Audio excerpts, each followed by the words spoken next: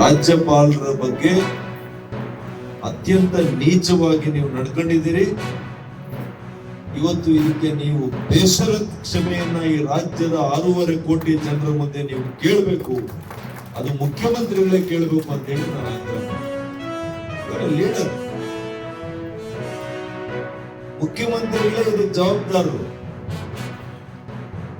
ಇವರ leader of the house, ಆ ಮನೆಯ ನಾಯಕರಾಗಿದ್ದಂತವ್ರು ನೀವು. ನಿಮ್ಮ ಮುಂದೆ ನಡೆದಿದೆ ಅಂದ್ರೆ ನಿಜವಾಗಿಯೂ ಕೂಡ ನಾವೆಲ್ಲ ಕೂಡ ತಲೆ ಕಲಿಸಬೇಕಾಗಿರುವ ವಿಚಾರ. ಹಂಸರಾಜ್ ಭಾರದ್ವಾಜ್ ಅವರಿದ್ದರು, ಕಾಂಗ್ರೆಸ್ ಸರ್ಕಾರ ಇದ್ದಾಗ ರಾಜ್ಯಪಾಲರಾಗಿದ್ದರು. ಅವರು ಇದೇ ರೀತಿ ಓದಿರ್ಲಿಲ್ವ? ಅವತ್ತು ಬಿಜೆಪಿ ಸರ್ಕಾರ ಇತ್ತಪ್ಪ, ಅವ್ರು ಹೇಳಿದ್ದನ್ನೆಲ್ಲ ಅವ್ರು ಓದಿದ್ರ? ನೀವಿದ್ರಿ, ಅವ್ರು ನಾನೇನಿರ್ಲಿಲ್ಲ.